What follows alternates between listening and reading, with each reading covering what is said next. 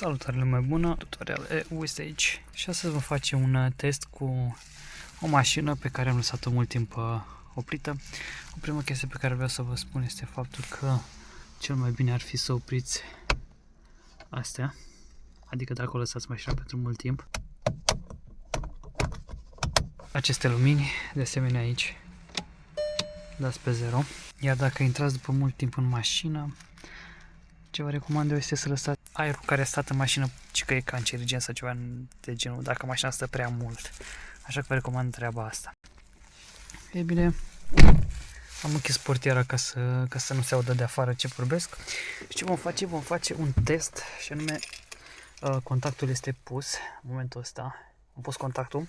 După o perioadă lungă de timp, v-am spus, mașina a stat pe margine adică o perioadă lungă de timp, undeva la vreo 3 săptămâni și vreau să testăm să vedem dacă mai pornește, dacă nu s-a descărcat bateria, pentru că în timp ce a fost oprită are un bec care tot se aprinde, gen un bec de alarmă sau ceva de genul, așa că o să pun calcambreajul. Am dat pe prima treaptă,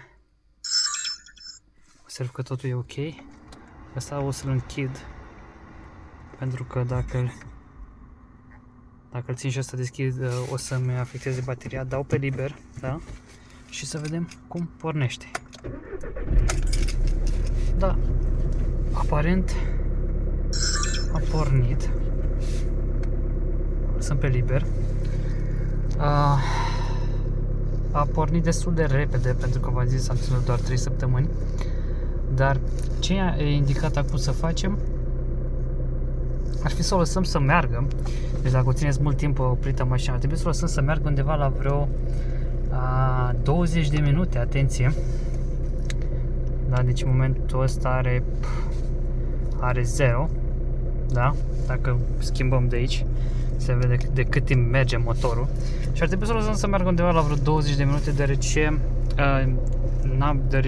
pentru că n-am mai deschis-o de foarte mult timp, ea trebuie să-și facă rularea și vă dați seama că e posibil chiar să se oprească efectiv după ce o închideți, pentru că oricum e automat, o să-și închide toate becurile după ce se oprește. Și de aici, da, dacă o să dăm, ea o să-și schimbe, adică în momentul ăsta mai bine dăm așa, adică pe parcare, ca să nu încurcăm pe ceilalți. Dacă dăm așa, ea automat se duce pe fază lungă. O lăsăm pe parcare. Dar se observă că se aude ceva. Să o accelerăm puțin.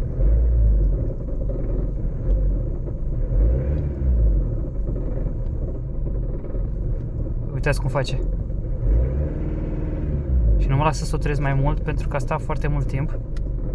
Auzi cum face.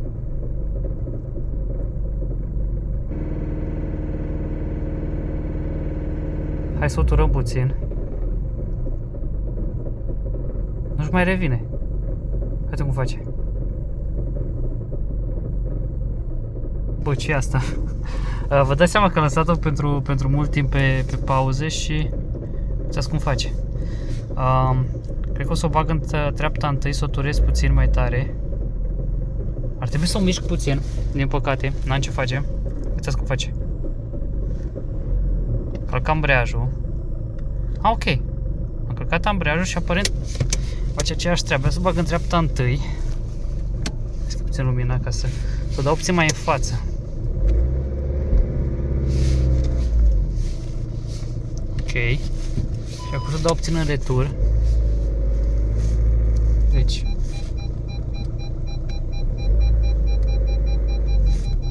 îi dau până face poc.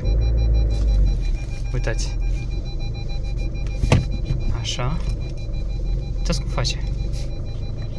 Și acum o lăs pe liber. Acum se pare că toarce mai bine. Dar nu știu de ce. Uite că s-a oprit și prostia aia. Deci o dau pe liber acum. Așa. Și opresc lumina ca să nu deranjez. Atenție, ambreiajul e călcat. Și acum dau drumul la ambreiaj. Ok, nu s-a întâmplat nimic. Dar ați văzut cum face, fiind pe diesel, fiind frig afară, face chestii de genul ăsta. E posibil să fie dus și ceva pe la motor, nu știu sigur, dar n-ar trebui să facă treaba aia. Acum observăm că și-a revenit. Iar dacă o turez pe liber, ia.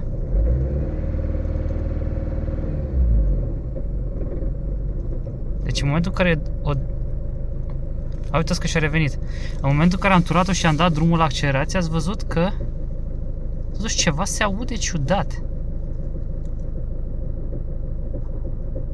Ceva clocănește și nu știu ce. Dar în niciun caz nu e bine. Ia să scot frâna de mână. Să duce în față. Puțin în retur.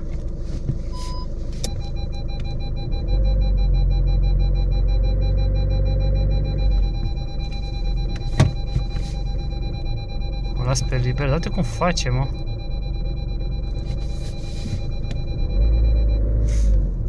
Ar trebui să mă plimb puțin cu ea, dar să știți că nu am voie să... efectiv n-am voie să circul o perioadă. Păcate. Dar asta e ce putem face, o lăsăm pe liber. Iar acum, deoarece am mai... s-a pornit și ăsta trebuie să-l închidem neapărat să nu consume baterie. Ăsta a închis. Iar acum observăm că, deoarece s-a încălzit puțin motorul, nu mai face așa urât. Tot se mai aude puțin dacă... un fel de croncănit. Asta îmi făcea și înainte, dar nu știu de la ce e. Auzi cum face. Croncăne ceva. Ok, și de acum o să o lăs efectiv 20 de minute. Vedem că are 6 minute aici. Are 6 minute de când merge, deci o mai ales încă 15 minute. După care o opresc. Deci asta trebuie să faceți și vă recomand să faceți și voi dacă lăsați mașina pentru mult timp. Am vrut să facem așa, nu știu, o mică demonstrație. Dar oricum ceva dubios se aude la motor, da. Trec oamenii să uite dubios. Ok, o să punem o pauză și revenim când face mai mult sau când se întâmplă ceva dubios.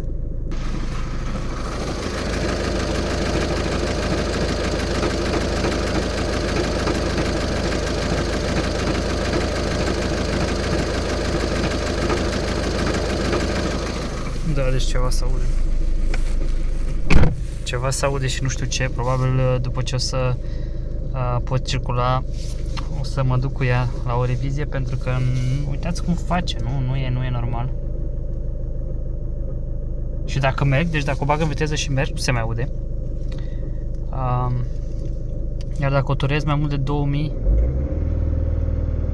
de 2200, nu se turează.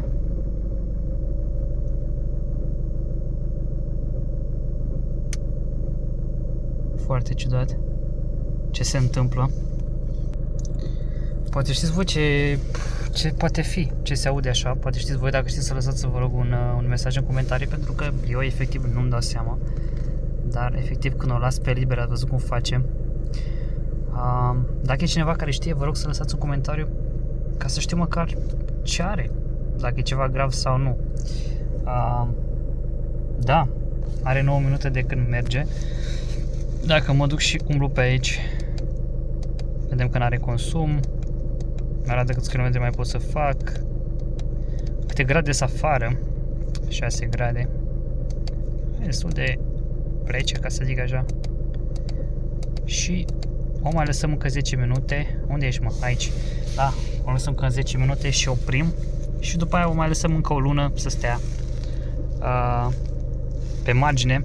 Sau 3 săptămâni, nu știu, mă mai gândesc, cred că 3 săptămâni or să fie. La mine a pornit mai bine pentru că bateria am schimbat-o cam acum un an. Am luat o nouă lăuță, bine, cam acum un an, da, deci...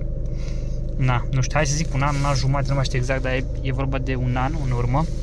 Dar când am luat era nouă, deci la mine nu e problemă cu bateria, dar dacă aveți bateria mai veche, e posibil să trebuiască să o porniți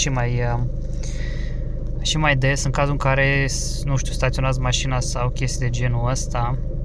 Dar v-am zis, până în 3, maxim 4 săptămâni, aș spune, mai mult nu. Oricum, după ce o porniți, ce vă recomand eu să faceți este să nu o turați cum am turat-o eu. O lăsați să meargă o perioadă, așa, pe ralantii. Iar după aproximativ 5 minute ați putea să o turați. Adică nu recomand să faceți ce am făcut eu. Ați văzut cum cu de ură făcea. Și asta pentru că n-am făcut ce trebuia. Adică eu trebuia să o las să meargă puțin, după aia să o torez. Am torat-o cumva prea repede. Dar vedem că acum, dacă ascultăm motorul cu întoarce, nu mai... Adică se mai aude puțin clăcănitul ăla, dar nu așa tare, gen. Sincer să fiu, nu știu ce pana mea se aude, dar habar n-am. Și încă o chestie, vă reamintesc, dacă lăsați mașina mult timp, deschideți portierele, cel mai bine pe o parte, sau o singură portieră și lăsați-o undeva la vreo 3 minute ca să-și facă ventilația, adică pentru că aerul stătut în mașină nu este bun deloc să-l respirați. Mai degrabă deschideți portiera, lăsați puțin mașina să se arisească și după aia intrați și o porniți. Și după cum v-am zis, opriți toate becurile pe mașină să nu vă consume pentru că opapă bateria și e posibil să nu mai pornească deloc, adică ceea ce nu v-aș dori. Ia să pun frână, calc frâna și dau drumul la frâna de mână. Nu se întâmplă nimic. Mașina nu este în viteză, bun. N-avea cum să fie în viteză. Am tras frâna de mână și am dat drumul la frână. Dar acum observ că nu mai face deloc acest zgomot. Uitați. Bine. Probabil până se încălzește, nu știu, probabil până se încălzește face așa, dar nu mai face, adică sau poate face un turit mai aproape de motor dacă mă duc cu telefonul și ia stați așa.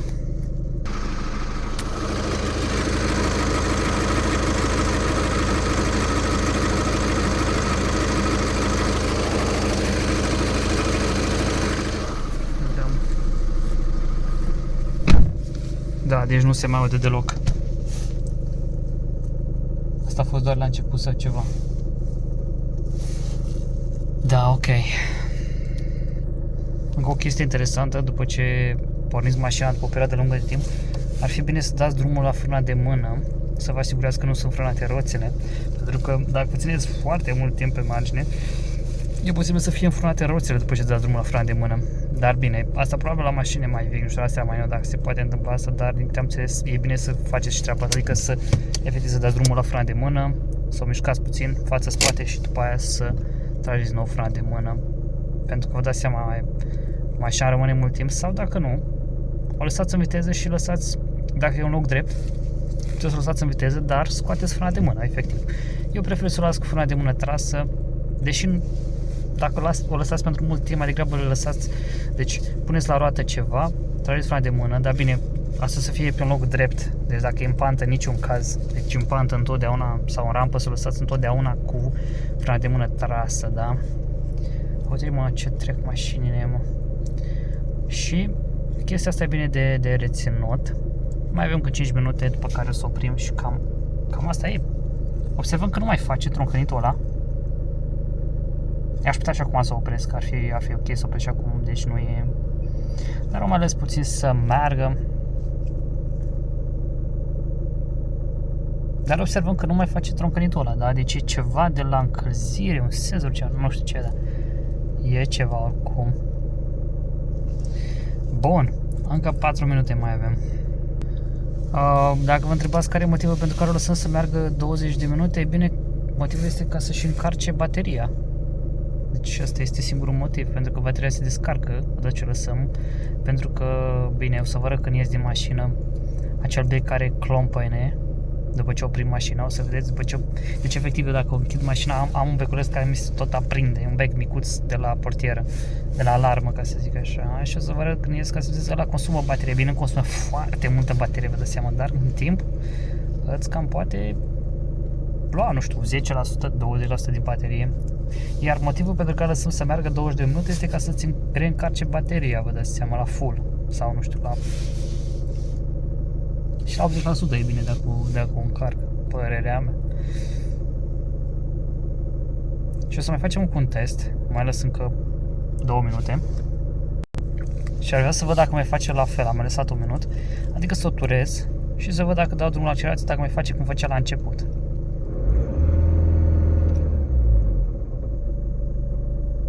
Da? Deci se vede diferența. O accelerez iar. Dau drumul. Observați? S-a oprit perfect de data asta. Și asta la undeva la vreo 19 minute, deci ați văzut care e diferența? S-a văzut la început. Dacă n-ați văzut, puteți să dați clipul înapoi, să vedeți la început cum făcea. Și de acum mai avem puțin și o oprim. Avem 19 minute, deci la 20 deja putem să oprim fără nicio problemă. Este pe liber, da. Trebuie să se facă 20. Cum se face 20? Călcăm ambreiajul și oprim. Sunt două variante, ori tragem frâna de mână, ori băgăm doar în treapta întâi și o lăsăm în viteză. Bine, mulți spuneau că nici măcar în viteză nu e bine să lași la tine. Dacă nu lași în viteză, deja nu e ok, pentru că poate să se mie, adică dacă ți-o împinge cineva, să zicem în față, în spate, nu e ok. Deci trebuie neapărat lăsat în viteză. Dar asta cu frâna de mână, dacă e pe un teren drept, deci v-am zis că e opțională. Hai mă, că nu mai este până la și 20. Ok, s-a făcut 20, calc ambreiajul. Am oprit-o. 0. Treapta întâi, frâna de mână trasă. Scot cheia.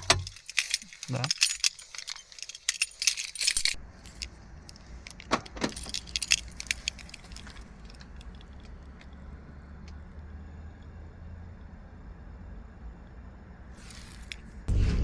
Ăla era bec cu care ne consuma bateria. Cam asta a fost cu a fost tutorialul. Să aveți o zi minunată. Pa, pa!